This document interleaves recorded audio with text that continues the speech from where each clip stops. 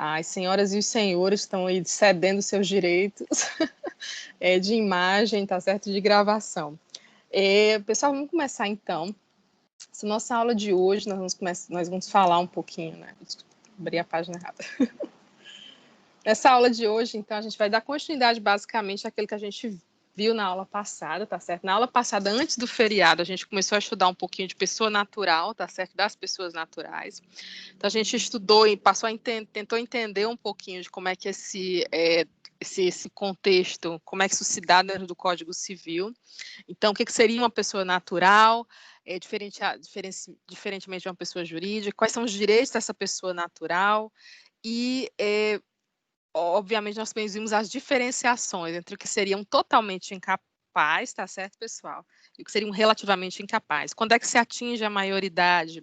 Se você tem capacidade, e aí, obviamente, a gente vê a diferença entre capacidade de direito, que todo mundo tem, e capacidade de fato, que você só atinge realmente plenamente, quando você atinge a maioridade. Até os 16 anos, você é totalmente incapaz, ou seja, você não responde por nenhum ato da vida civil praticado por você. Dos 16 aos 18, você é um relativamente incapaz, ou seja, você pode praticar alguns atos da vida civil, mas não de forma plena, tá certo? Você ainda vai precisar ser assistido pelo seu genitor, pelo seu responsável. E a partir dos 18 anos, você adquire a capacidade de fato plena, ou seja, ninguém mais responde por você, apenas você responde por si mesmo e pode praticar todos os atos da vida civil, tá certo? Vimos aí alguns requisitos, no caso, por exemplo, para que a pessoa atinja a emancipação. Então, se uma pessoa, por exemplo, deseja se emancipar, ela pode ter uma economia própria, ela pode passar em concurso público, ou, por exemplo, ela pode ser emancipada pelo pai e pela mãe, e considerando, obviamente, que essa pessoa tem como se sustentar sozinha. Então, são as disposições do código que nós vimos, mas na aula passada. Hoje a gente vai começar a falar, tá certo? Como se fosse a segunda parte desse tema. Vamos falar um pouquinho sobre direitos da personalidade, tá certo, pessoal? Esse assunto aqui, esse tópico, a gente vai estudar novamente quando a gente for falar de pessoa jurídica. Mas, basicamente, só para a gente entender o fundamento desses direitos da personalidade. Então, quais seriam esses direitos da personalidade, por que eles são importantes. Eu gostaria que vocês abrissem aí, por favor, o Código Civil de vocês. Peguem aí o Código Civil de vocês, a Lei 10.406, please. Deixa eu compartilhar aqui. Deixa eu ver se eu consigo compartilhar. Meu Teams está travando, não sei qual é o problema.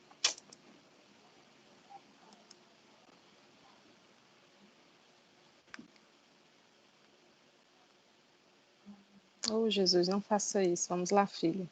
Funcione.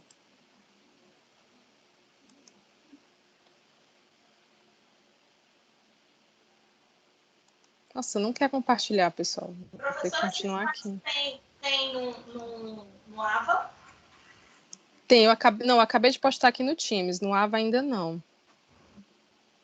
Eu não estou conseguindo. Eu vou tentando compartilhar e não estou conseguindo.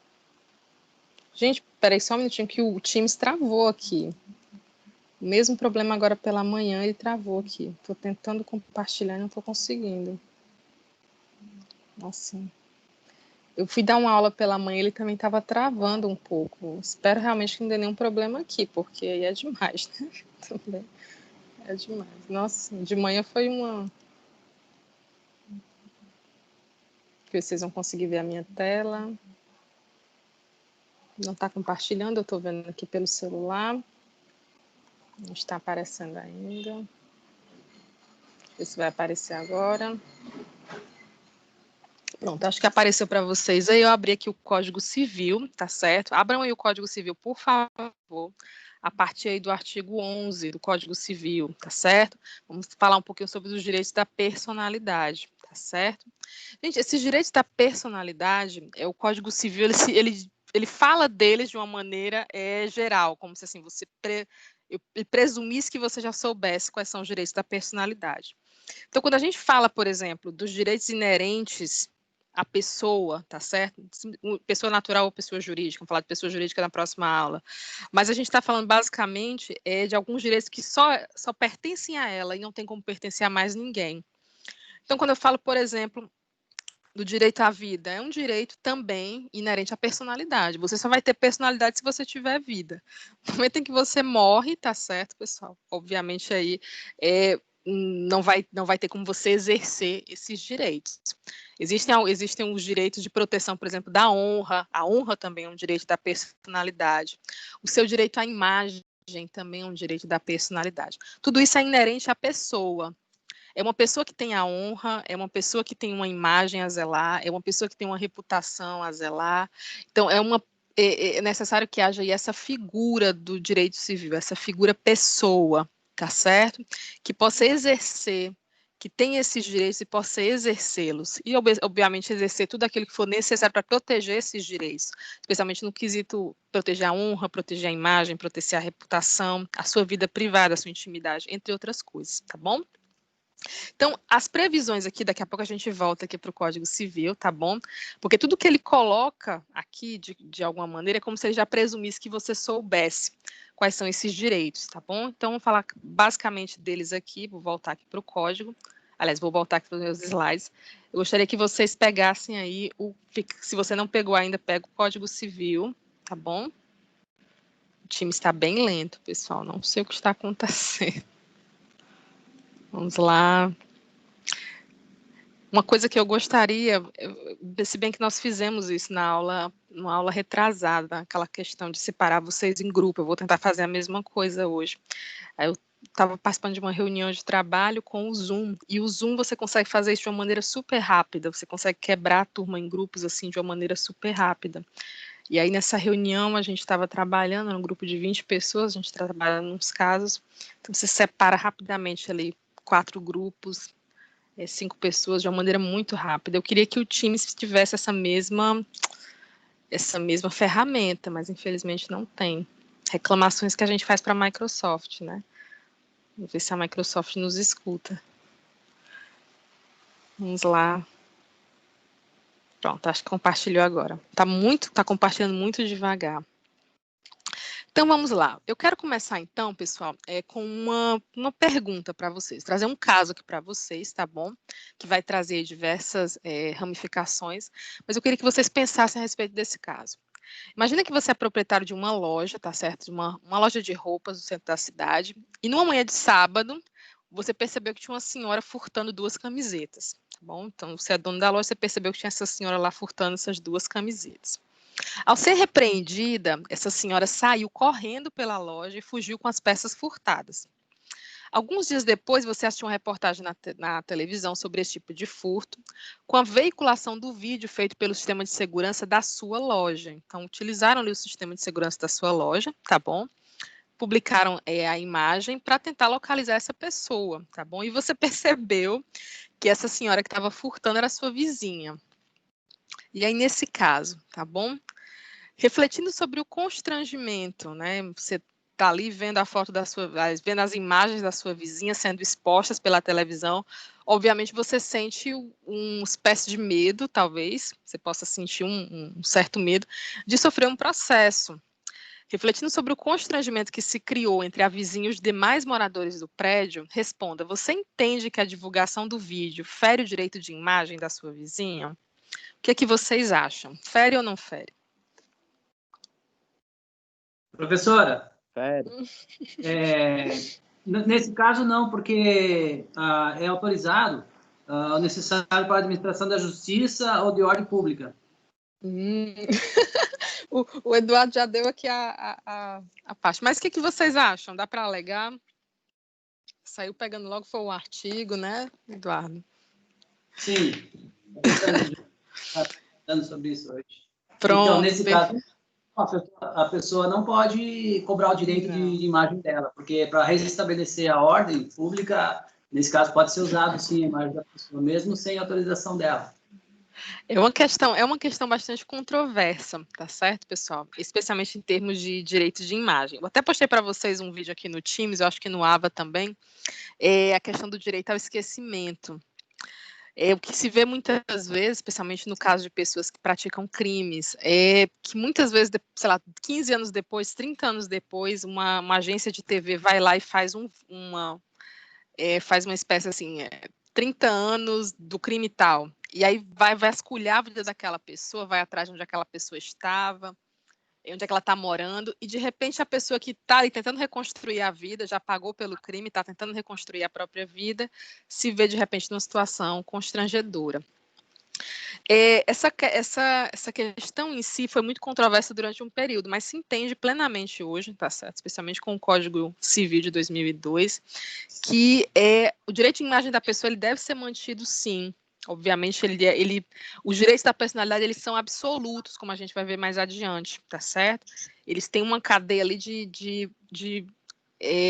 eles são conteúdos que não podem ser relativizados. Não tem como você relativizar um direito da personalidade. Só que a gente começa a perceber que em uma situação como essa, o constrangimento ele não é gerado pela sua imagem, o constrangimento é gerado pelo crime. E o crime, nesse caso, seria uma opção dessa pessoa, né? A pessoa poderia optar ou não por praticar esse crime. E, na verdade, a divulgação das imagens seria realmente para manter ou para restabelecer a ordem pública. Então, haveria sentido na divulgação dessas imagens. Mas a justiça tem feito uma diferenciação, tá certo, pessoal? Uma diferenciação quando, por exemplo, você divulga imagens de câmeras de segurança, por exemplo, para tentar identificar uma pessoa. Ela diferencia de quando você, por exemplo, a pessoa foi presa e está saindo da viatura da polícia. Aí tem ali várias câmeras filmando aquela pessoa. Esse tipo de filmagem, por exemplo, pode ser considerado abuso.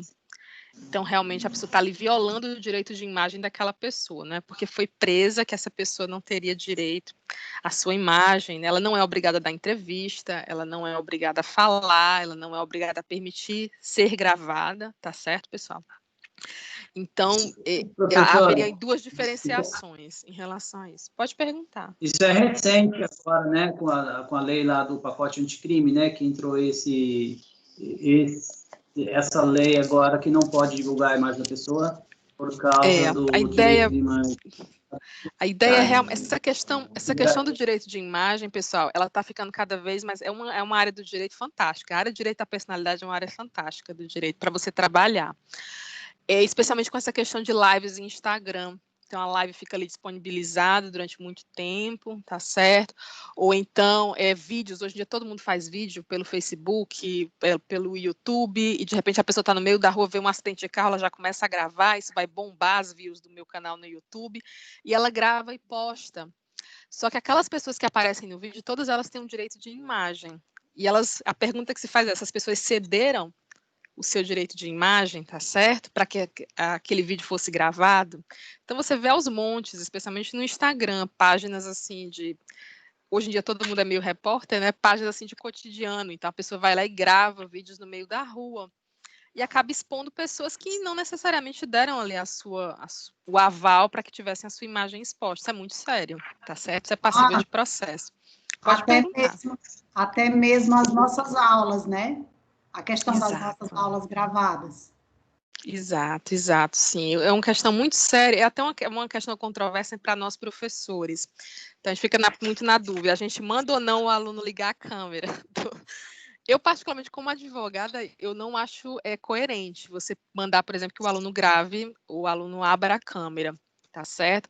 Por exemplo, quando a gente foi produzir material para a Uni Atendeu, especialmente para postar nos websites, no AVA, a gente faz uma espécie de contrato de cessão de direito de imagem. Não é venda, você não vende o seu direito de imagem, você cede o seu direito de imagem para a utilização. Agora, nenhum de vocês tem isso. Então, assim, eu acho que vocês têm o direito de preservar a imagem de vocês, especialmente sabendo, e eu aviso já de pronto, né, que a nossa aula é gravada. E após ser gravada, eu geralmente baixo a nossa aula e posto no YouTube. Você não é obrigado a ter a sua imagem exposta no meu canal no YouTube.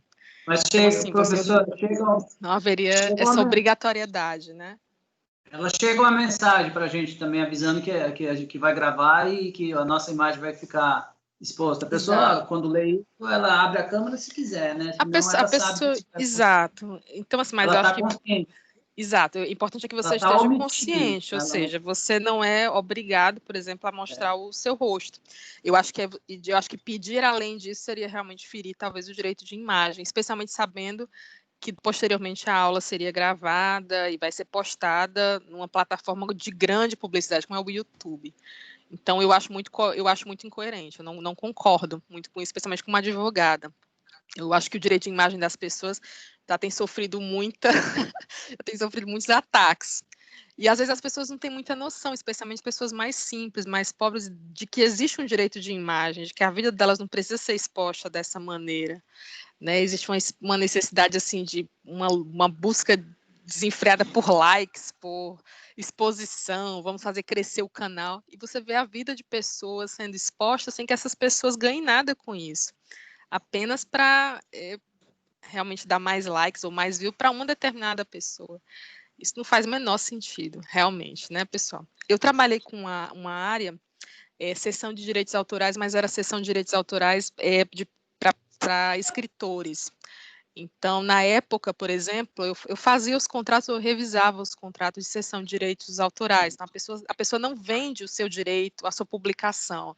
Ela vende o direito, ela vende, na verdade, ela cede para a editora o direito da editora utilizar aquilo, utilizar aquele manuscrito, editar, vender, publicizar, colocar em plataformas, transformar num e-book, por exemplo, colocar em redes de distribuição. Então, a pessoa cede.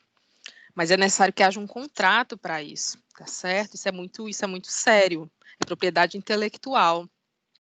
E muitas vezes eu vejo um desrespeito, especialmente com essa publicização da mídia, de YouTube, de canais de Instagram, e as pessoas não param sequer para pensar nos seus direitos da personalidade.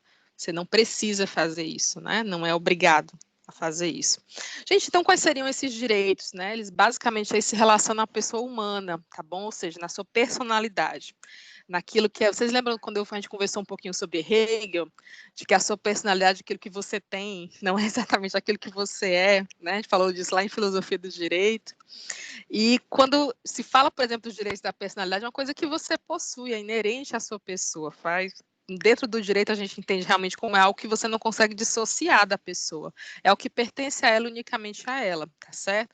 Então, por exemplo, o seu direito ao seu corpo, o seu direito à sua integridade física, muito especificamente o direito ao nome, o direito que você tem ao seu nome, o direito que você tem de manter o seu nome, manter a reputação do seu nome, é o direito que você tem, por exemplo, de modificar o seu nome, caso o seu nome venha lhe trazer algum tipo de constrangimento, tá certo?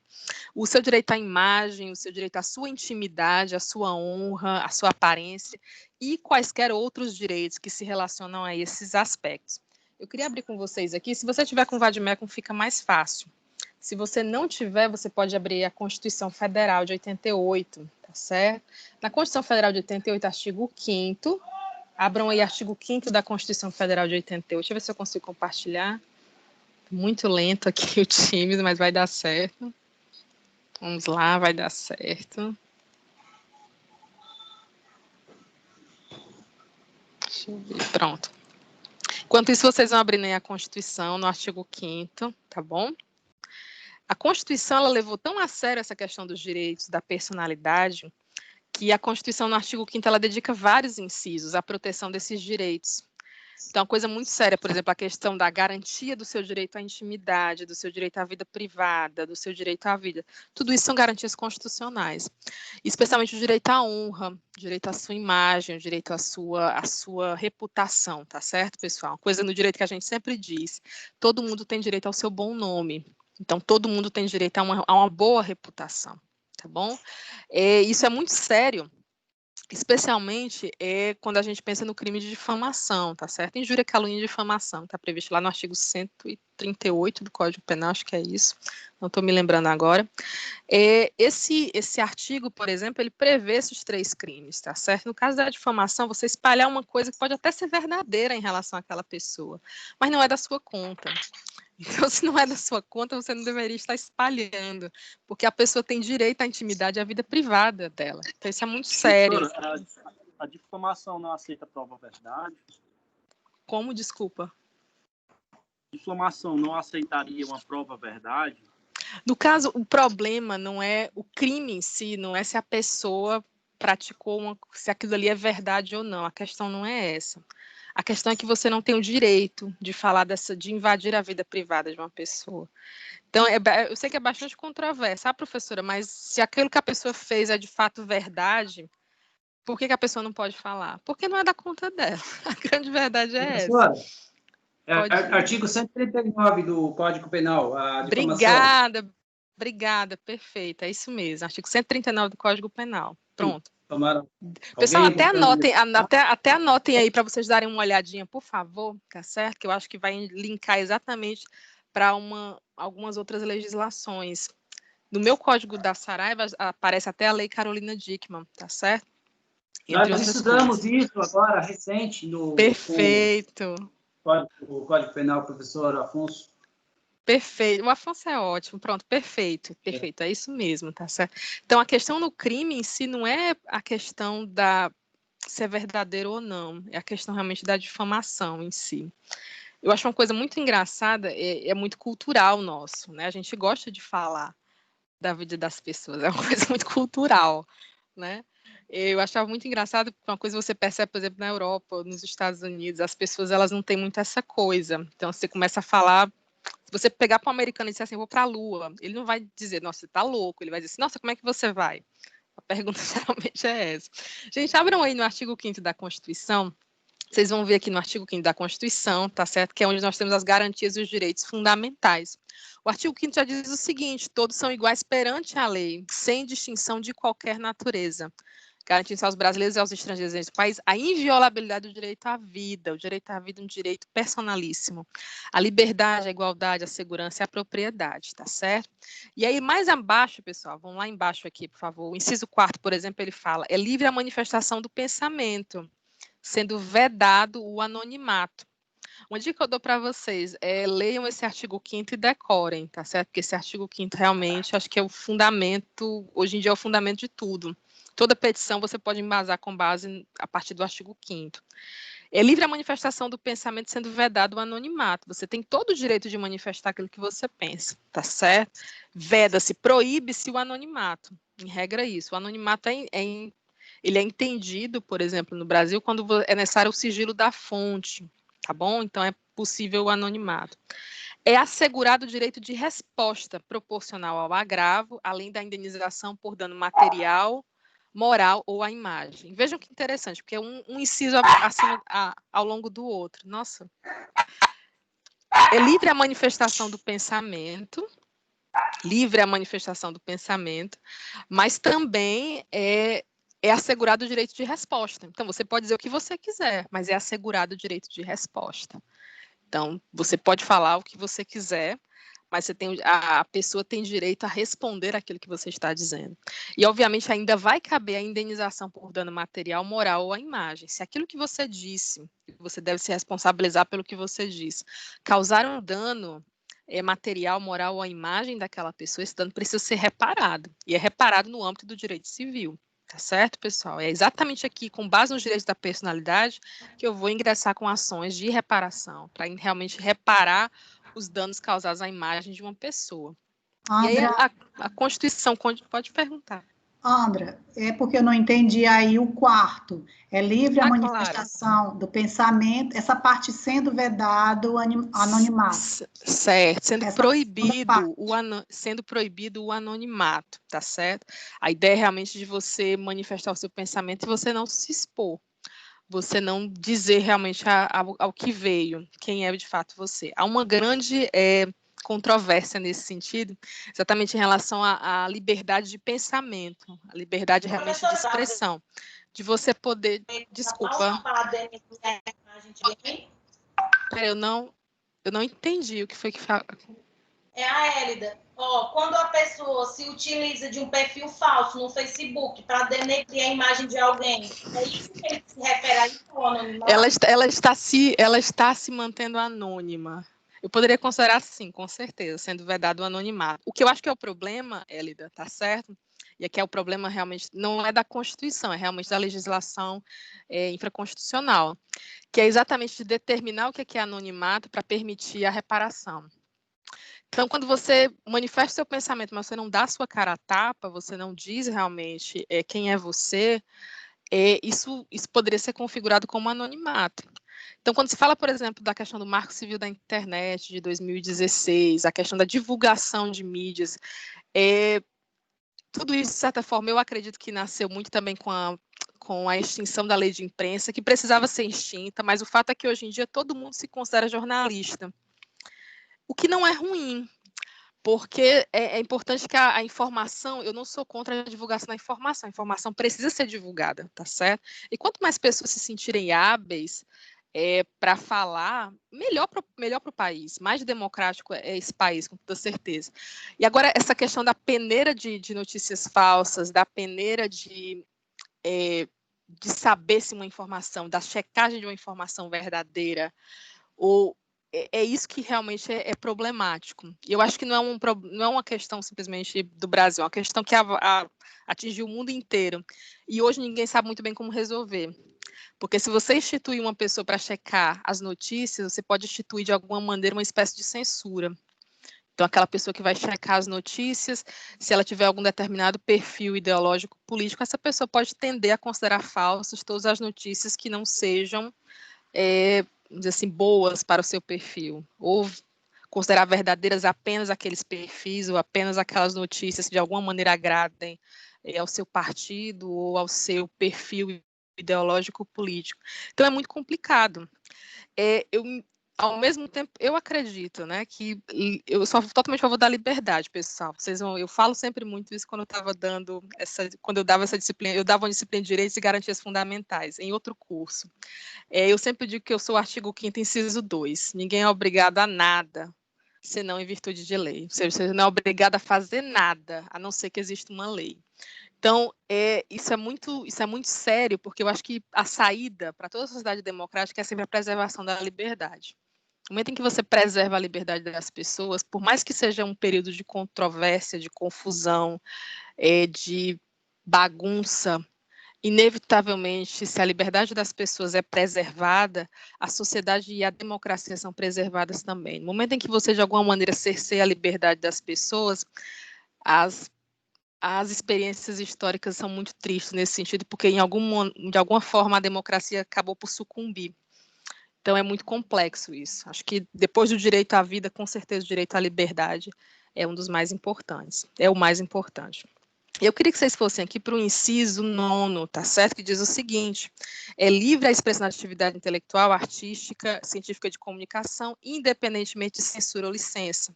Então, aqui que entra exatamente essa questão, tá certo? Quando o Marco Civil da Internet de 2016 ele foi lançado, havia muita crítica em virtude exatamente dessa prerrogativa constitucional. É livre a expressão da atividade. Qualquer atividade de comunicação, artística, intelectual, científica, independentemente de censura ou licença. Então, isso acaba gerando realmente uma dificuldade em você estabelecer até mesmo legislações e regulações para a livre comunicação ou a livre expressão das pessoas no meio social, né? Eu tenho até um colega que ele está trabalhando nisso no doutorado, ele está estudando sobre fake news e marco civil da internet e tudo mais, e até eu acredito que ele deve defender próximo ano, não me recordo agora, mas ele falava exatamente dessas problemáticas, desses problemas. Mas quando ele fizer aí a defesa, vou perguntar se vocês podem participar, que eu acho que vocês com certeza achariam muito interessante. O inciso 10 diz o seguinte: são invioláveis a intimidade, a vida privada, a honra e a imagem das pessoas, assegurando o direito à indenização pelo dano material ou moral decorrente da sua violação. Gente, isso aqui é muito sério, porque quando a Constituição realmente, a própria noção de intimidade, do que é intimidade, ela é uma coisa muito nova, não é uma coisa muito, não é um direito realmente assim que sempre existiu, é uma coisa muito recente até. Essa ideia de intimidade, do que seria vida privada, do que seria intimidade das pessoas, é uma coisa muito até do nosso século. Então, de você ter direito, por exemplo, e aí eu vou falar especificamente dos celulares, né? Então, quando você pega um celular hoje em dia, eu acho que ninguém vai dizer que o celular não é uma extensão da intimidade da pessoa. Tanto que ninguém gosta quando alguém pega o seu celular sem a sua autorização, né? Mas até mesmo no casal, você não gosta que o seu esposo ou a sua esposa pegue o seu celular, né? O meu noivo sempre diz assim, né? Quem deve não teme, quem não deve não teme. Mas vamos continuar, então. Então, essa questão da intimidade, da vida... quem não deve não teme.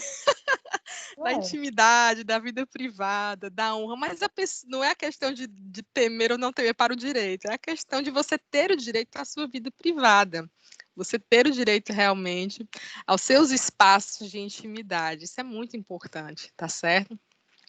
E, obviamente, se houver aí uma violação desse direito, uma violação, se causar um dano a essa pessoa, tá certo, pessoal? Obviamente, a gente vai ter aí uma possibilidade de uma indenização, de um pedido de reparação e uma indenização. E a Constituição vai continuando, a Constituição chega aqui e diz assim, a casa é asilo inviolável do indivíduo, ou seja, a sua casa é seu asilo inviolável, ninguém pode invadir a sua casa. Se bem que no Brasil a gente tem muito essa coisa assim, de você conhecer uma pessoa na feira, você já convida para sua casa, né? Então, assim, qualquer pessoa já se torna ali amicíssima. O brasileiro é muito dado às amizades, né? Mas a sua casa ela é asilo inviolável. Ninguém tem o direito de invadir a sua casa. Ninguém tem o direito de entrar na sua casa, tá certo, pessoal? Sem o seu consentimento, sem o consentimento desse morador. A Constituição admite a hipótese, que é no caso, por exemplo, de um flagrante delito ou um desastre. Então, se, por exemplo, tem um casal brigando e você tá ouvindo os gritos, você sabe que o marido está quase matando ali a esposa, ou o contrário, né? Hoje em dia tudo é possível. Você tem o direito ali, você está vendo um delito, você tem o direito de invadir para tentar ajudar aquelas pessoas, tá certo? Tentar ajudar aquela pessoa antes que ela seja, sei lá, assassinada, antes que aconteça alguma coisa. Ou no caso do incêndio, por exemplo. Outra coisa muito importante é a questão da determinação judicial. Quando o juiz determina, por exemplo, uma busca e apreensão dentro de uma casa de uma pessoa, ou então, no caso, por exemplo, a vasculha dentro de uma casa, isso tem que acontecer durante o dia, isso não pode acontecer durante a noite, tá certo, pessoal? Então, toda determinação judicial para, por exemplo, entrar na casa de uma pessoa, ela deve acontecer durante o dia. E aí se entende realmente que é durante, especialmente em prova de concurso aparece muito, que é durante a luz do dia. Então, quando há, de fato, luz do dia, então pode haver, o oficial de justiça pode ir até a sua casa para cumprir um mandado, para fazer busca e apreensão de alguma coisa. Então, eu achava muito engraçado, por exemplo, naquelas... Pode perguntar, por favor. Acho que na lei de abuso de autoridade, que foi mudada recente, acho que 2019, foi estabelecido o que seria esse dia. Parece que é a partir de 5 da manhã às 21 horas ou às 19. Mas está na lei de abuso de autoridade, na nova lei de abuso de autoridade. Que é exatamente a que está sendo questionada, né? Porque é exatamente essa questão é o que está sendo questionado. Porque existe um problema aqui em relação a isso. Porque a Constituição diz durante o dia. E aí o que acontecia? Só para dar uma espécie de espectro histórico para vocês, pessoal. Esse artigo 5º, ele tem que ser muito entendido também pela época do regime militar. Então, durante o regime militar, muitas vezes, as apreensões e as buscas, elas aconteciam durante a noite. E durante a noite, muitas vezes, o expediente, por exemplo, nos fóruns, acho que a Hélida pode falar disso até, né, Hélida, com certeza. Os expedientes do fórum, por exemplo, durante a noite... Os expedientes do fórum durante a noite, geralmente eles entram naquele regime de plantão. Então, muitas vezes, se acontece uma prisão, por exemplo, durante a noite, é muito complicado, não vou dizer que é muito complicado, porque hoje em dia a gente tem muito mais juízes do que tinha 30 anos atrás, né? Obviamente, pessoal. Não é suficiente, mas a gente tem certeza que a gente tem muito mais juízes hoje em dia do que antigamente. Podia demorar muito para que essa pessoa... Porque toda prisão ela tem que ser comunicada imediatamente à autoridade competente. A própria Constituição diz isso, mais abaixo. Professora, que é o que determina... que ele fala que... Pode falar, estou ouvindo. Pronto. É que eu ouvi duas pessoas, eu ouvi duas pessoas ao mesmo tempo, mas pode falar. Pronto, ele fala que cumprir mandato e busca e apreensão domiciliar após as 21 e antes das 5 horas é considerado abuso de autoridade. Seria considerado abuso de autoridade. Mas aí, nesse caso, é o que é questionado. porque já viu o entendimento do STJ anteriormente na questão da luz do dia, de você cumprir os mandados durante esse período. Então, a lei de abuso de autoridade, na verdade, ela só queria estender, realmente garantir que haveria ali o período certo, né? Então, a própria Lava Jato, eu achava muito engraçado isso, que quando acontecia as prisões da Lava Jato, geralmente eram pela manhã, mas você já ficava sabendo, saía algum veículo de comunicação durante a noite, e geralmente 6 horas da manhã a Polícia Federal estava na casa da pessoa. Por que não antes? Porque ela tem que cumprir realmente, eles tinham que fazer de uma maneira que fosse mais legal possível, da forma mais legal possível. Então, eles garantiam realmente que havia luz do dia, que eles estavam na porta da pessoa e que eles iriam fazer a prisão, obedecendo todos os critérios previstos ali pela jurisprudência da época. Então, era bem... Chegar às 6 horas da manhã na minha casa, para mim é complicado ainda. A minha irmã diz isso, rapaz, chegar 11 horas da manhã na minha casa ainda é madrugada. Professora, essa 11 horas da... Obrigada pela inserção. Quem foi que falou da lei de abuso de autoridade, por favor? Eu não ouvi quem era. Iago, professora. Obrigada, Iago. Obrigada pela inserção. Pode falar agora. Professora, essa questão do flagrante, né? Essa questão dos plantões, todos os dias tem uma comarca de plantão para homologar essas prisões, principalmente na semana. Você entra com relaxamento, né? Isso. Até uma... Não vou me estender com relação aqui, porque são muitas histórias, mas a gente... Tem um prazo para ser homologado um flagrante. Se nesse prazo for homologado, aí libera relaxa, né? Você faz o relaxamento de prisão. É a forma mais simples de você liberar, geralmente, quando a prisão ocorre durante a noite. Você já entra com relaxamento de prisão, né? Mas, pessoal, vamos continuar aqui, só para eu voltar aqui para os artigos. No inciso 12, queria que vocês marcassem aí na Constituiçãozinha de vocês, é inviolável o sigilo da correspondência e das comunicações telegráficas. Esse inciso, pessoal, ele é uma ramificação da questão da intimidade. Então, você ter realmente direito à sua correspondência, das suas comunicações, dos seus dados, das suas comunicações telefônicas, obviamente, e aqui é a exceção que a própria Constituição coloca, tá certo, pessoal? Que é a questão de que a lei venha estabelecer para fins de investigação criminal ou instrução processual penal. Ou seja, você precisa daquelas provas, daquele grampo telefônico, por exemplo, para instruir um processo criminal. Ou seja, você vai grampear aquela determinada pessoa, o grampo tem que ser autorizado pelo juiz, a investigação daquela correspondência, daquelas comunicações telegráficas, tudo isso realmente tem que passar primeiro pelo crivo, tem que ser feito um pedido ao Poder Judiciário, o juiz vai deferir aquilo ou não, tá certo? Então, o Ministério Público pede, explica por que é necessário grampear aquela pessoa, conseguir aquelas informações sigilosas, né, pessoal, que é o sigilo da correspondência, tá certo? Dos meios de comunicação de uma pessoa. E aí, se o juiz deferir, isso é realizado, mas tem que ser unicamente para fins de instrução processual, tá bom? E é uma outra questão que deu muita confusão também. Pode perguntar, desculpa. Pronto. A senhora está me falando que quem faz esse pedido, no caso, seria o Ministério Público, mas quem comanda a investigação criminal, no caso, não seria o delegado de polícia. Haveria a possibilidade do delegado solicitar isso ao juiz competente, ou ele tem que pedir ao MP e o MP pede ao juiz? O delegado, ele pode fazer isso, mas geralmente ele faz isso com o MP, tá certo? Nesse caso, durante a investigação em si, a investigação criminal, ele vai se utilizar de todos os recursos que a Polícia Federal tem.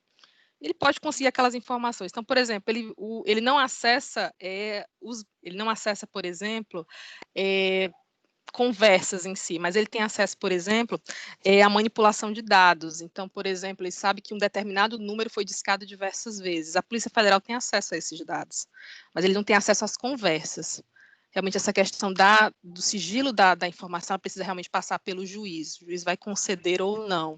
Tá certo? Geralmente quem faz esse pedido é o MP, tá bom? Mas se for conseguida, se essa informação for conseguida de maneira de uma fonte jornalística, se for uma fonte jornalística, então? Eu, particularmente, eu não vou começar porque vai começar uma confusão aqui. Mas, particularmente, eu acho que a fonte jornalística ela não teria competência para fazer isso. Eu acho, particularmente, né? Mas, assim, eu acho que, exatamente porque, gente, é aquele tipo de coisa. Novamente, eu falo para você, eu sou artigo 5º, inciso 2. Eu acho que se a gente realmente perder o senso da responsabilidade pelos direitos da personalidade, de repente pode tudo. E se você dá muito direito, seja ao Estado, seja aos veículos de comunicação, seja ao próprio jornalista, eu acho que a profissão de jornalista ela precisa ser reidentificada hoje em dia.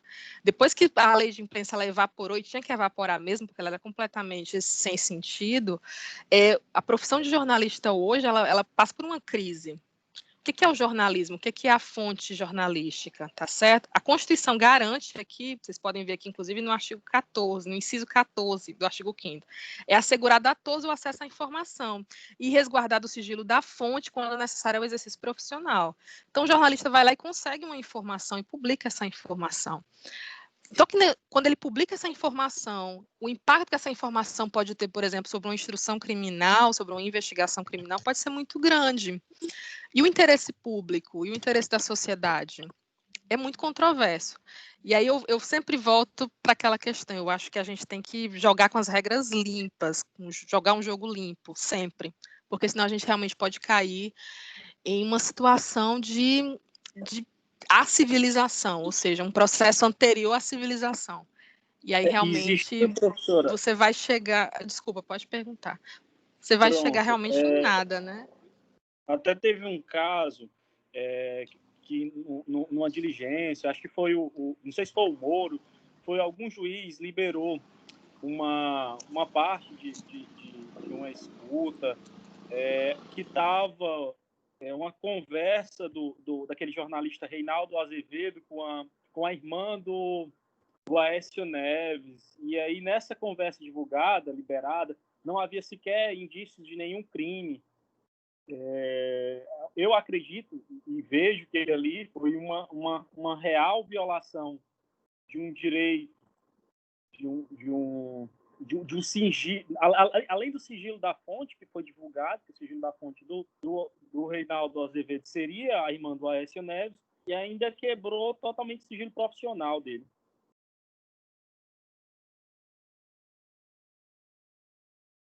Não estou ouvindo. Tá mudo, professora. Mudo para o restante. Desculpa, pessoal. Da própria Constituição ali, eu achei que ficou prejudicada. Gente, assim, eu pensei algumas coisas da Lava Jato para citar na minha tese. Então, assim, mas eu acho que a Lava Jato em si, ela é bastante controversa, né? Ela é uma ação necessária. Teve alguns episódios bastante controversos, a gente não tem como negar isso, tá certo? Mas eu acho realmente que todas essas coisas acontecem porque o Brasil realmente precisava de um choque de realidade. E eu acho que aos poucos o Brasil vai começando a entender como é que as coisas funcionam, que é necessário você jogar realmente, especialmente com o Poder Judiciário, com regras claras, com regras limpas, especialmente respeitando a Constituição. Eu sou totalmente pró-Constituição. A gente precisa respeitar a Constituição, gente. Nós temos uma Constituição e não é possível que a Constituição seja tão desrespeitada o tempo todo. E de maneira assim tão... Eu já vi, assim, eu fico impressionada, às vezes, em grupo de advogado, você postar, pessoal, mas o artigo 5º diz isso, alguma coisa desse tipo. E aí já começa aquela coisa assim, a gente faz qualquer coisa com o artigo 5º. Isso é muito triste, porque não deveria ser dessa maneira. Não dá para você pegar as garantias fundamentais e fazer qualquer coisa com elas, não. Tem que entender e tem que respeitar. E eu realmente gostaria, eu desejo realmente que vocês, como advogados, quando vocês saírem da faculdade, vocês tomem a Constituição realmente para vocês, entendam a importância realmente de proteger a Constituição, de defendê-la, de defender as garantias fundamentais, de defender as garantias, os direitos fundamentais das pessoas. Isso é vital. Não tem condição de uma sociedade caminhar de forma democrática se não for dessa maneira. Não dá. Não tem que ter respeito às regras, tem que ter law and order, né? Como dizem os americanos, tem que ter respeito à ordem e ao direito. Se você faltar com respeito ao direito, respeito à ordem pública, já era, não tem civilização, não tem o que defender. Então isso é muito importante, mas eu não vou falar da Lava Jato, não, senão não termina a minha aula de Direito Civil. E essa aula de Direito Civil, meu povo, pelo amor de Deus. Deixem essas coisas aí para vocês conversarem com o Afonso. Leva abacaxi para a aula do Afonso. Professora, só uma correção aqui que eu falei errado. essa liberação desses áudios foi uma investigação contra o Aécio Neves e a irmã dele. O Aécio Neves ainda está na política hein, agora? Nunca mais eu vi. Vamos lá continuar aqui, né, pessoal? Obrigada pela inserção, viu, Iago? Obrigada. Vamos lá, então, pessoal. Esses direitos, então, da personalidade, pessoal, como a gente viu, só quis mostrar para vocês, basicamente, já que eles estão na Constituição, tá bom? Para vocês internalizarem esses direitos. São muito importantes, esses direitos. Mas eles são direitos internacionais. A gente tem aí, realmente, a Declaração dos Direitos do Homem, a Declaração dos Direitos Humanos de 1948, que trata desses direitos. Dessa questão da preservação da liberdade, da preservação da imagem, da preservação da intimidade das pessoas, da preservação do patrimônio, da preservação da história das pessoas. Isso é muito importante, tá certo? Tudo isso é direito da personalidade. Eu que listei para vocês aqui alguns pactos internacionais que tratam disso, tá certo, pessoal? E aí, no Brasil, eu espero que vocês frisem aí especificamente o artigo 5º da Constituição, no inciso 10, que vai falar exatamente que é inviolável, como eu já li anteriormente, né? A intimidade, a vida privada, a honra e a imagem das pessoas. Assegurado o direito à indenização pelo dano material ou moral decorrente da sua violação. Eu acho que o Brasil e o Poder Judiciário tem aprendido muito a respeito dessa questão de direito da intimidade, direito da privacidade das pessoas, porque não era uma coisa muito clara, né? Já tem um caso que sempre aparece na Faculdade de Direito, que sempre conta, acho que são os livros que passam nessa história, de que uma determinada senhora no interior foi difamada, as pessoas começaram a comentar que ela teria traído o marido, e aí ingressou com uma ação, pedido de reparação, e o juiz determinou que a pessoa que tinha espalhado o boato, espalhado a conversa, alugasse um carro de som e saísse pelas ruas da cidade, uma cidade pequena do interior, dizendo assim, a fulana de tal não traiu o marido. Então, assim, você percebe claramente aí que essa é a pior forma possível de você reparar um dano como esse. Ou seja, quem não sabia da fofoca ficou sabendo, pelo menos, né? Então, a ideia realmente de como é que deve ser feita a reparação. Se você realmente difama uma determinada pessoa, se a imagem de uma pessoa é destruída, vamos dizer assim, afetada, ameaçada, lesada na mídia, ou numa página de internet, ou num blog, os blogs acho nem tanto, mas as páginas de internet, especialmente páginas de Instagram, a reputação de uma pessoa pode ser jogada no lixo em 1 minuto. Mas como é que deve ser feita a reparação? A reparação em dinheiro é através de uma retratação por parte da pessoa que falou? Como é que isso deve ser feito? Então é muito controverso, porque às vezes o próprio remédio pode ser pior. O remédio pode ser, de fato, de alguma maneira, né, resultar trazer um resultado que seja pior para aquela pessoa do que seria, por exemplo, se permanecesse em silêncio. Então, realmente, é muito controverso isso, tá bom? O nosso Código Civil, pessoal, ele vai falar dos direitos da personalidade. Eu pedi para vocês abrirem lá no artigo 11 do Código Civil. Voltem lá para o artigo 11 do Código Civil, se você tiver com o Vademecum, por favor, tá bom? Os direitos da personalidade estão do artigo 11 até o artigo 21. E a gente vê ali 3 características básicas, tá certo? Desses direitos da personalidade, que é a questão da intransmissibilidade, você não transmite esse direito, tá certo, pessoal? Você não passa o seu direito, por exemplo, à vida, ou para uma outra pessoa, você não passa o seu direito à intimidade para uma outra pessoa, é seu direito, tá certo? Pertence a você. Ele é irrenunciável, você não renuncia a direitos da personalidade, você não renuncia ao seu nome, você não renuncia à sua honra, você não renuncia à sua imagem, não tem como fazer isso. Isso é inerente à sua pessoa. Eles são indisponíveis, você não pode dispor desses direitos como se eles fossem um patrimônio. A gente vai ver mais adiante que eles são considerados direitos extrapatrimoniais. Então, gente, às vezes eu vejo até o pessoal comentando assim, a pessoa vendeu a imagem dela. Não, ela não vende, você não vende a sua imagem. Então, por exemplo, um trabalho de uma modelo, um manequim, por exemplo, né? Pessoas que trabalham com passarela, ela não vende a imagem dela, ela cede a imagem dela para uma determinada divulgação, para uma determinada propaganda. Se de alguma maneira aquele trabalho resultar em um dano à imagem dessa pessoa, obviamente ela tem o direito de pedir uma indenização. Então isso é muito sério, tá certo? Então assim, você contrata uma pessoa para fazer a divulgação da sua marca. e a pessoa divulga a sua marca e depois descobre-se, por exemplo, que aquela marca, na verdade, era uma fraude. Isso vai afetar a imagem daquela pessoa? Vai, com toda certeza. Mas ela ganhou para fazer aquela propaganda, aquela publicidade. Então, ela não tem o direito de reclamar, ela tem o direito, sim. Ela tem o direito de reparação, porque os direitos da personalidade, eles têm esse caráter realmente de indisponibilidade e de patrimonialidade. Então, você cede o direito, mas ele continua sendo seu. Você continua tendo o direito de resguardar a sua reputação, de resguardar a sua imagem. Então, se de alguma maneira você cedeu a sua imagem para alguma coisa e isso lhe causou algum tipo de dano, você tem direito à reparação. Tá certo? Pode perguntar. Então, no caso, assim, por exemplo, teve um caso de uma influência digital aqui de Fortaleza, que ela fazia muita propaganda de uma agência de viagem. Acho que eu sei quem é. Pois é, que deu um cano em milhares de pessoas, e eu fui uma delas. Aí, assim, eu conheço muitas pessoas que compraram com essa agência devido ser seguidor dessa pessoa, né?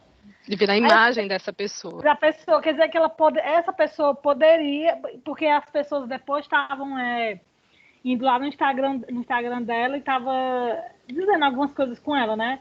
Então, no caso, essa influência, ela poderia processar essa agência de viagem? Ela poderia e acredito que até processou. Não? Se a gente estiver falando da mesma pessoa, acredito que até processou. Porque a imagem dela, especialmente mulher, né? Especialmente nessa questão de direito digital. Uhum. A sua imagem, tem uma coisa que nesses seminários digitais eles sempre falam, a pessoa quando está vendendo essas digital influencers, né, elas vendem, na verdade, uma imagem.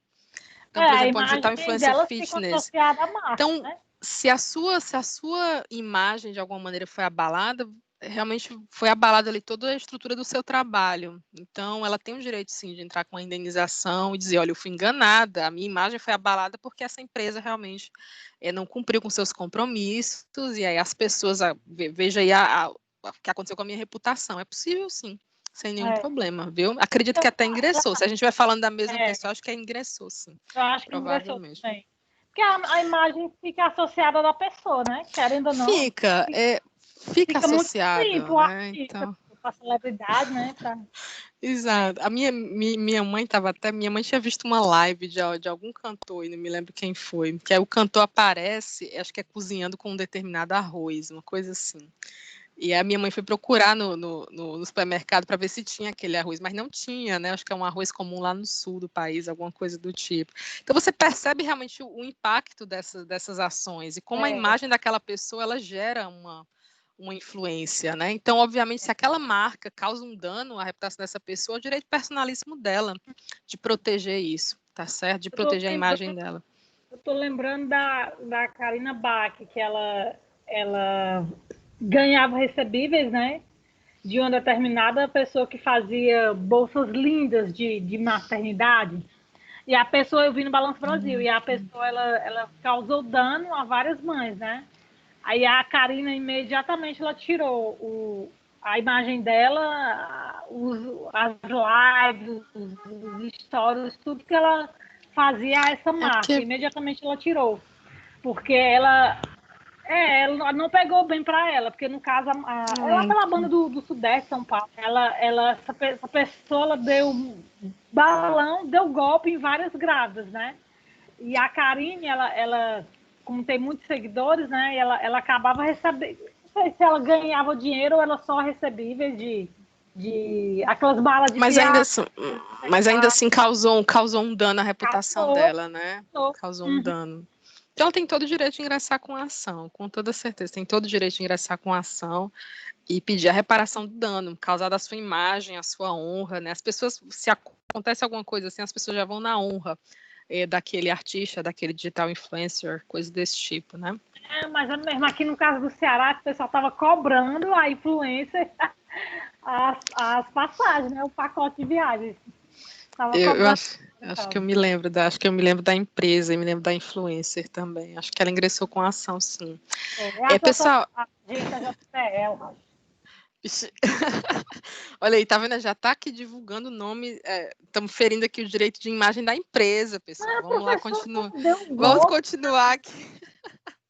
Não, novamente, o Eduardo pode retratar aqui, mas é a questão da ordem pública, professora, né? A gente está relatando aqui uma coisa que aconteceu, né? Que causou uma perturbação na ordem pública. Até em meio acadêmico pode se ferir?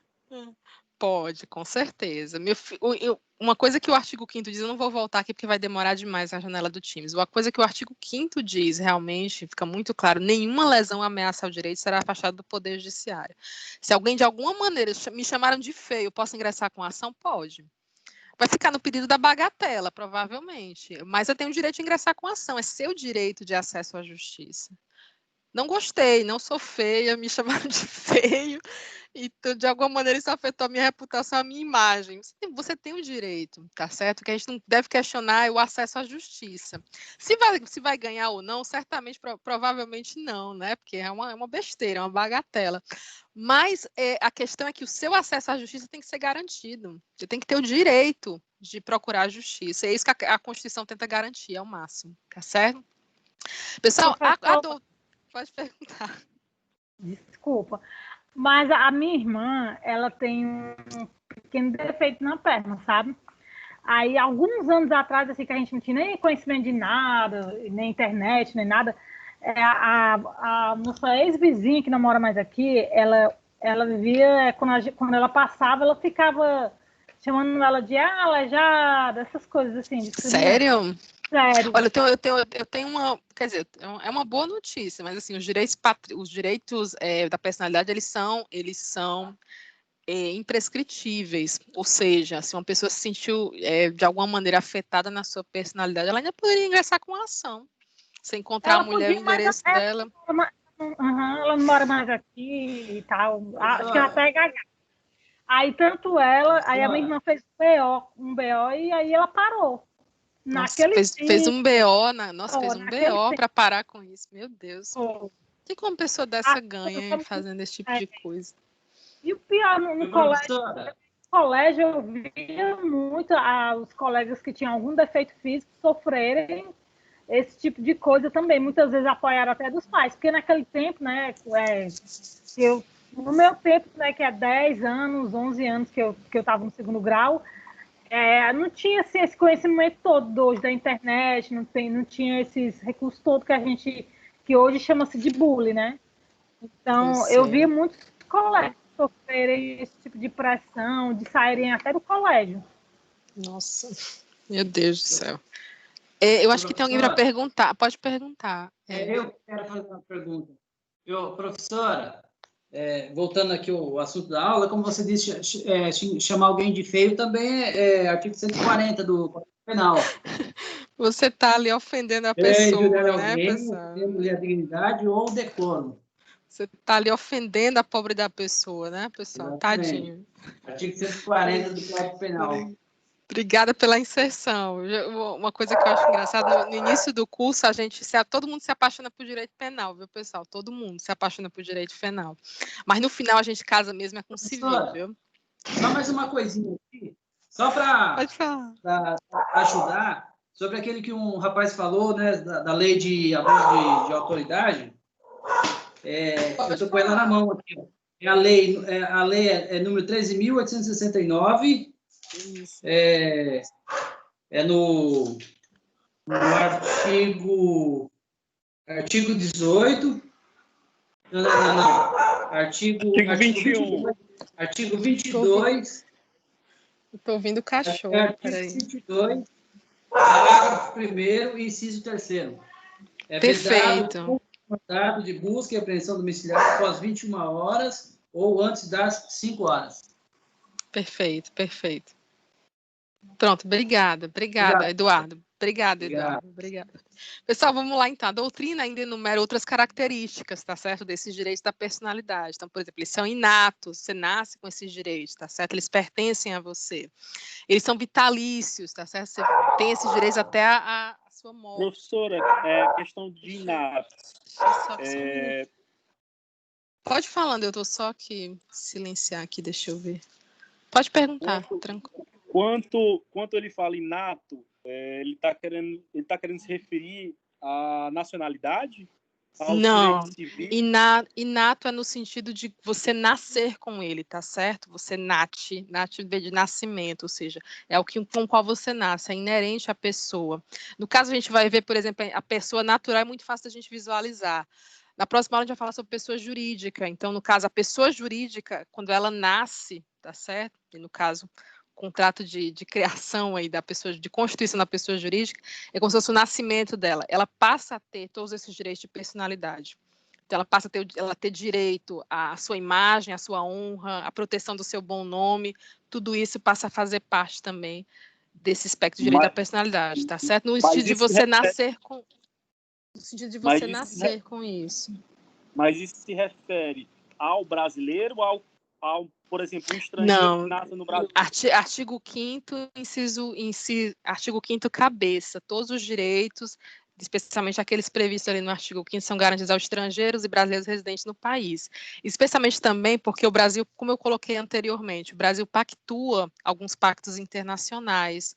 Então, como o Brasil é signatário desses pactos internacionais, a gente também reconhece. Então, direitos da personalidade não apenas aos brasileiros, naturalizados, mas a todas as pessoas, tá certo? Se elas estiverem dentro do país e sofrerem, por exemplo, alguma lesão do seu direito de personalidade, não tem problema nenhum. O direito brasileiro vai sim cobrir e vai tentar proteger essa pessoa, porque é uma pessoa humana, tá certo? A ideia é essa. Mas dá uma olhadinha aí, eu vou tentar colocar aqui, acho que não vai dar certo, tá muito lento o Teams. Mas dá uma olhadinha no artigo 5º caput, tá certo? Na questão da proteção realmente da pessoa. E também do Pacto de São José dá uma olhadinha também no Pacto de São José da Costa Rica, tá certo? Que o Brasil também é signatário. Deixa eu tentar voltar aqui, pessoal, que eu não estou conseguindo. Voltar aqui para a tela, peraí. Pronto, deu certo. Tá muito lento, nossa. Demora assim um século para compartilhar. Então, vamos lá. São necessários, são essenciais, são extrapatrimoniais. Da mesma forma, eles são indisponíveis ou intangíveis e são considerados absolutos.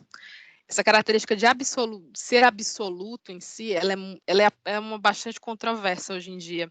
Porque se o seu direito à personalidade está certo, no caso, por exemplo, você está cometendo um crime e você comenta do seu direito ali de não ter a sua imagem divulgada, mas a divulgação da sua imagem é necessária para a descoberta do seu paradeiro, da sua identificação, a gente tem que colocar ali, ponderar entre dois bens, tá certo? O seu direito à personalidade e o direito coletivo, o direito da sociedade de ter um ambiente seguro, tá certo? A gente fala de segurança pública, a gente está falando disso.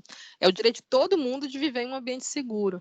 Então, você faz a ponderação entre esses dois direitos. Qual é o que vai pesar mais? É o seu direito à personalidade ou o direito de todas as pessoas de viver em um ambiente seguro? Então, essa questão realmente de ser absoluto, eu acho que talvez hoje em dia seja o mais controverso em si. Eu destaquei para vocês aqui alguns direitos, tá bom?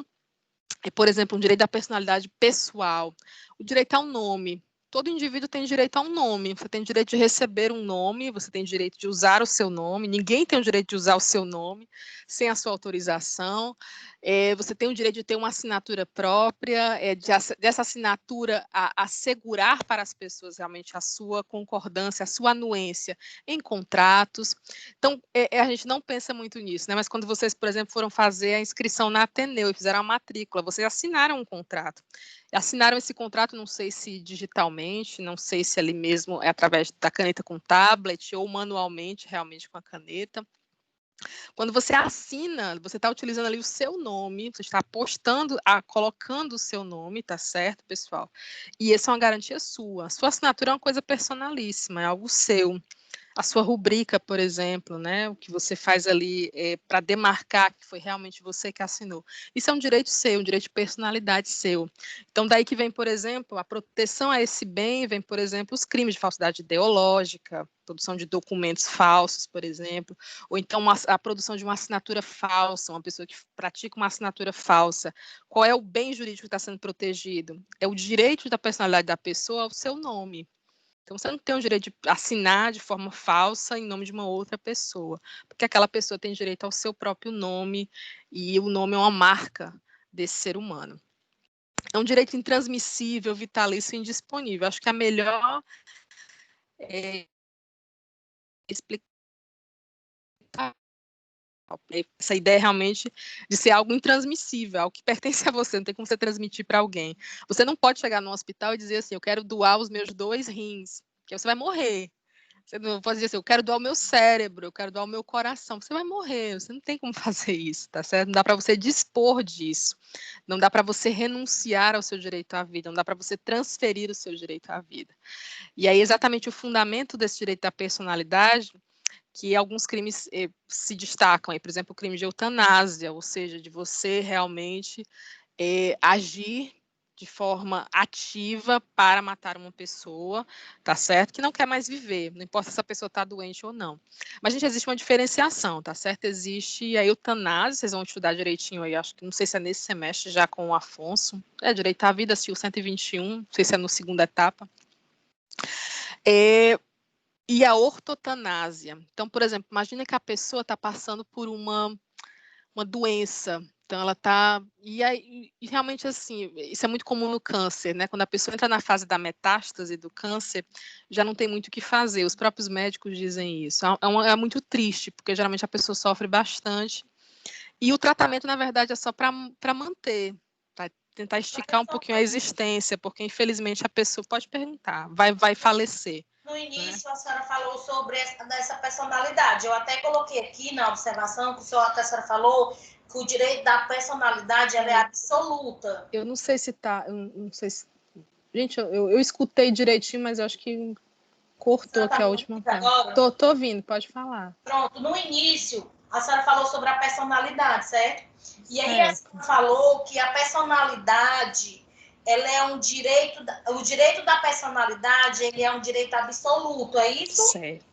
Exato, tá certo? No sentido realmente pertence à pessoa, é um direito que não deve, ele não pode ser disposto de qualquer maneira, ele não pode ser atacado, é um direito realmente absoluto. Aí agora, e aí eu já comecei com relação ao direito. Você está falando sobre a característica, não é isso? Exato, as características. Certo. Pronto. É que eu fiquei aqui meio tranquilo, né? Pronto, ok. Não, tranquilo, sem problema, tá certo? Andra. Sem nenhum problema. Não tem problema nenhum, fiquem tranquilos, tá bom? Se vocês tiverem qualquer dúvida, podem perguntar. Deixa eu só lembrar aqui onde é que eu estava, peraí. Gente, o meu áudio está funcionando, eu estou sentindo cortar um pouco. Meu áudio está funcionando, vocês estão conseguindo me ouvir direitinho? Não, sim, estou conseguindo. Estou ouvindo você. Ô, Andra, é só uma pergunta. Por exemplo, a questão da substituição do nome... Sim, pode perguntar. A questão da substituição do nome, caso o nome cause constrangimento, está dentro desse direito da personalidade? Certo. E também eu queria saber, por se exemplo, o seu nome vier ali causar algum tipo de constrangimento, se for você pode pedir a retificação, realmente, de documento. A questão do nome, professora, a minha esposa, a gente conseguiu fazer uma modificação no nome dela. Mas deu uma trabalheira danada, porque o nome dela era muito grande, e aí... Não, é bastante controverso. Já foi pior, hoje em dia é até mais simples do que era antigamente. Márcia, eu não sei se você terminou, que eu acho que cortou aqui, eu não entendo.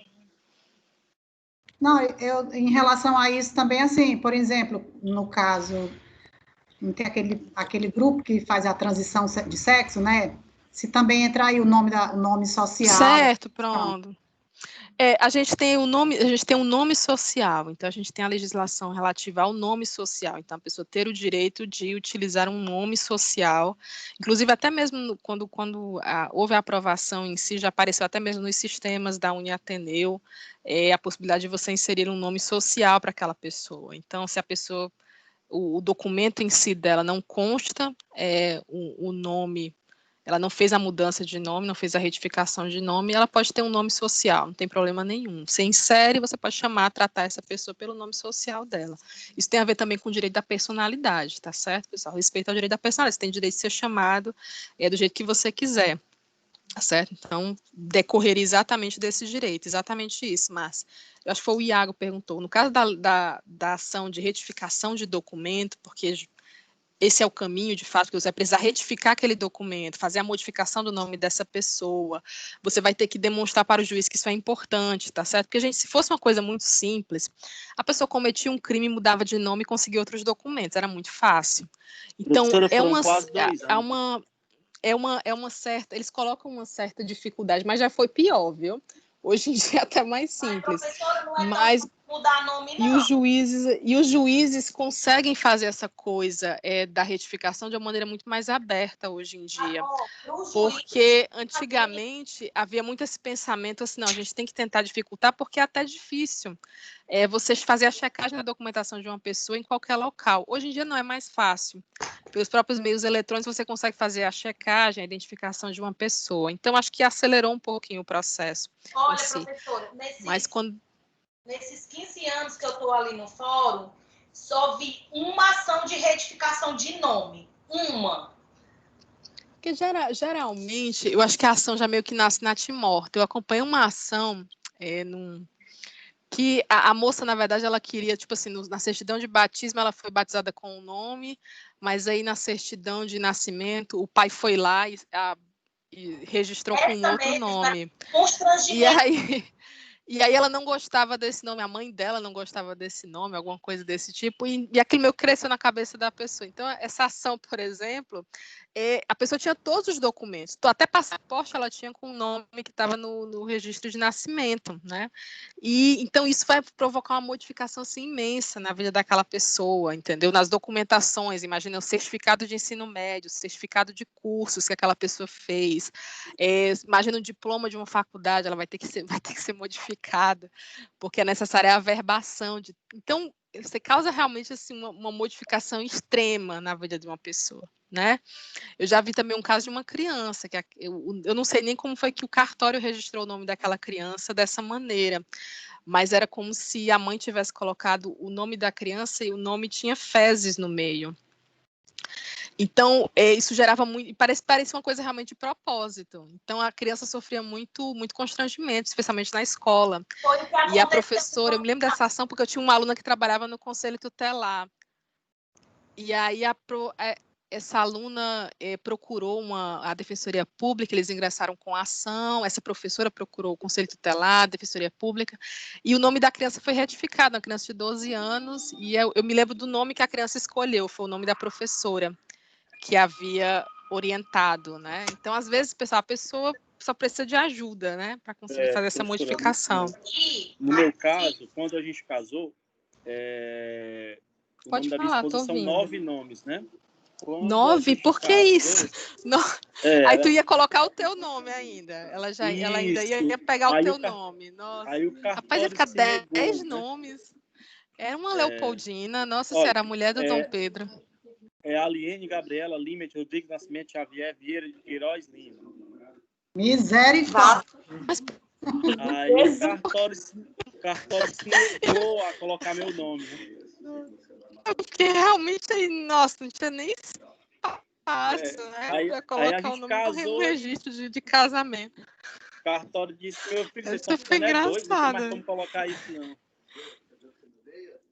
Aí perguntou se ela Mas descendente de assim, Dom Pedro. só uma perguntinha, assim. Isso aí, na verdade, é como se fosse... foram adicionando os nomes dos pais dela, dos avós, todo mundo ao mesmo tempo, foi isso? Eu acho que Eram foi todos o pai dela nomes... do interior, jogou tudo e ficou desse jeito. É Aliene Gabriela Lima, Rodrigo Nascimento Xavier Vieira de Queiroz Lima. É um texto. E aí o cartório... Vale, mas hoje é o quê? Hoje Nossa, são realmente, só... mas, nossa... Hoje são só 5. Mas deu uma trabalheira. Eu ainda acho. Mas mexer com o nome para retificar dá um trabalho. Gente, acho assim uma graça. Você tem que dar a documentação todinha.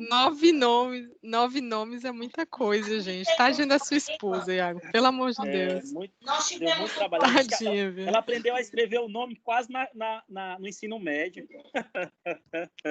Gente do céu, miséria. Nós temos um problema assim, mas foi porque uma mãe resolveu homenagear a sua avó. O nome da avó dela era Ambrosina. Certo, Ambrosina.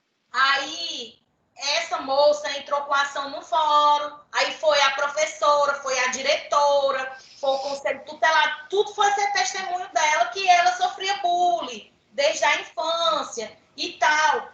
Aí o juiz pegou, mandou oficiar todos os órgãos de proteção de crédito para saber se ela não tinha um nome sujo. Menino, foi olha... É muito controverso, porque se fosse simples, era muito fácil a pessoa trocar os documentos. A gente tem que garantir uma espécie de solidez à documentação daquela pessoa, né? Então, isso é importante. A de retificação que teve no fórum até hoje, que eu me lembro mesmo, foi esse. Gente, próxima característica, então, dos direitos da personalidade é a questão da imprescritibilidade, tá? São imprescritíveis, como, por exemplo, seu direito à honra. Ou seja, mesmo depois de morta, isso é muito importante, às vezes a pessoa faleceu, e aí alguém, por exemplo, vem trazer ali algum tipo de... Estou ouvindo alguma coisa, deixa eu ver aqui, pessoal. Vem trazer algum tipo de ofensa àquela pessoa, tá certo? Isso pode ser considerado deixa eu voltar aqui, pronto. Isso pode ser objeto de reparação, realmente, da família, e aí cabe à família dessa pessoa, do falecido, da falecida, ingressarem com ação, com a medida judicial, para proteger a memória e proteger a honra dessa pessoa, tá certo, pessoal? Hoje em dia, isso ganha um caráter muito grande, especialmente com essas páginas de internet. Então, o Facebook, por exemplo, tem essa coisa do em memória, né? Cabe indenização aos herdeiros? Pode ser. Cabe, a indenização deve ser feita. Eu gostaria que vocês abrissem aí, por favor, please. Isso. Abram aí no Código Civil. Ops, espera aí. Abram aí no Código Civil, no artigo 12, por favor. Estou tentando espelhar, pessoal, mas está muito lento o Teams. Abram aí no artigo 12 do Código Civil. Eu vou ler para vocês. Acho que o Teams não vai espelhar agora, que diz o seguinte, artigo 12 do Código Civil, pode-se exigir que cesse a ameaça, a lesão a direito de personalidade e reclamar perdas e danos sem prejuízo de outras sanções previstas em lei. Parágrafo único diz o seguinte, em se tratando de morto, terá legitimação para requerer a medida prevista nesse artigo, o cônjuge sobrevivente, obviamente, ou qualquer parente em linha reta, certo, pessoal? Então, no caso, o pai ou a mãe ou os filhos dessa pessoa. Ou um colateral até o 4º grau. Então, um colateral até no 4º grau seria mais ou menos assim, um primo dessa pessoa. Um primo dessa pessoa poderia ingressar com uma ação para requerer reparação ou indenização para proteger a honra dessa pessoa, para proteger o bom nome dessa pessoa. Isso é muito comum, assim, essas ações são muito comuns em termos de... Pode perguntar, em termos de biografias. Então, pode ser nesse caso, o cônjuge, né, que é a esposa, ou as ascendentes, que são os filhos, né? É isso? Os filhos, em linha reta, os pais ou os filhos dessa pessoa podem pedir, ou os colaterais até o 4º grau. Exato. Vocês vão aprender isso em direito de família, mas vocês sabem como contar os graus, né, pessoal? Você vai até a pessoa que une você com aquela pessoa. Então, por exemplo, o seu irmão. O seu irmão, ele é seu parente. Como é que a gente sabe qual é o nível de parentesco seu com o seu irmão? Você vai até a pessoa que os une, no caso, os seus pais. Então, você conta 1 grau. E aí, dali, você conta para sua irmã, 2 graus. Então, irmãos, são parentes de 2º grau, tá certo? Então, da mesma maneira, os seus tios ou seus... Pode perguntar, eu estou ouvindo alguém perguntando.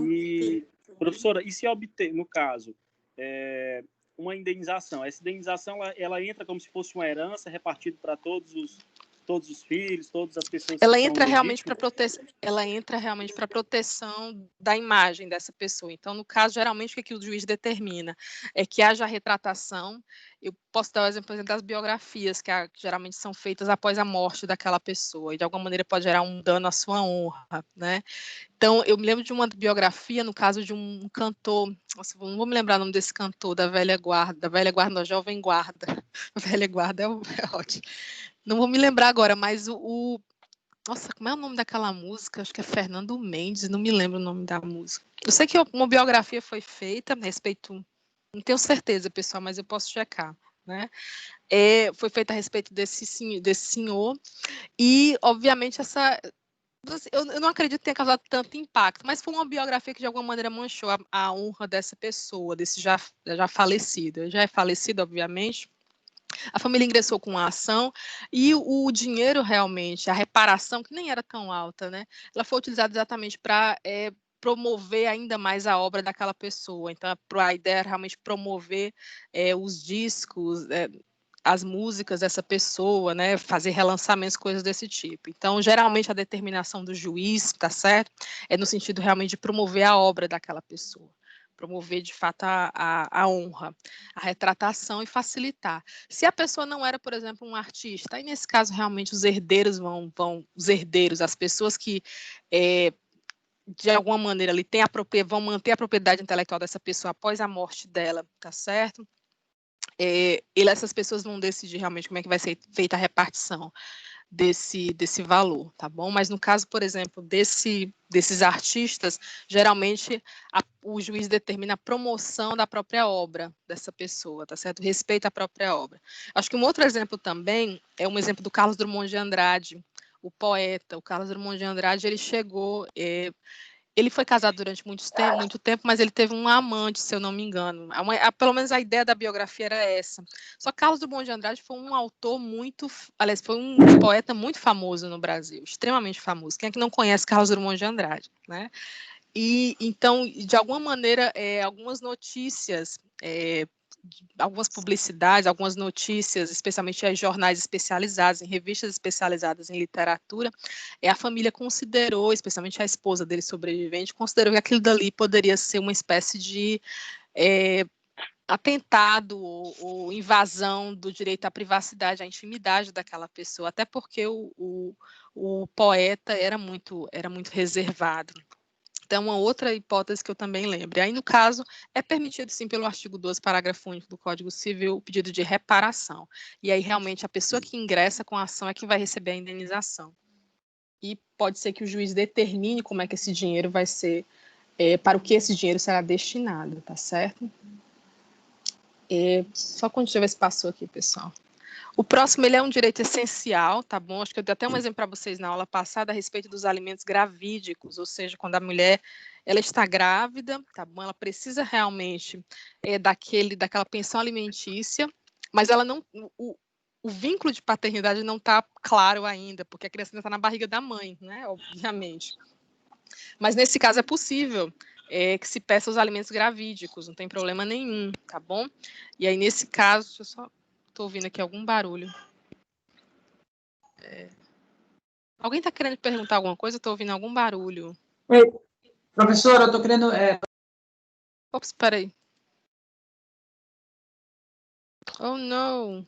Pode falar, Eduardo. Eduardo, seu microfone está mudo. No caso, o parente em linha reta, ele é descendentes e ascendentes também? Exato, descendentes e ascendentes, porque estão ligados diretamente a essa pessoa, tá certo? Obrigado, professora. Pronto, isso mesmo. Deixa eu voltar aqui, então, peraí.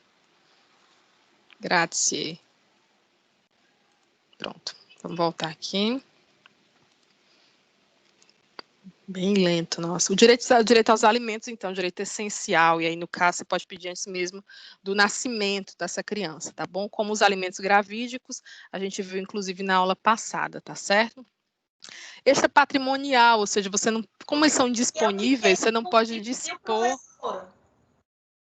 Desculpa, eu não entendi. No finalzinho da aula, eu quero que a senhora me explique e me dê mais uma explicaçãozinha sobre essa lei do nascituro, que eu não entendi bem, não. O Estatuto do Nascituro, é isso? Que tá com um projeto de lei.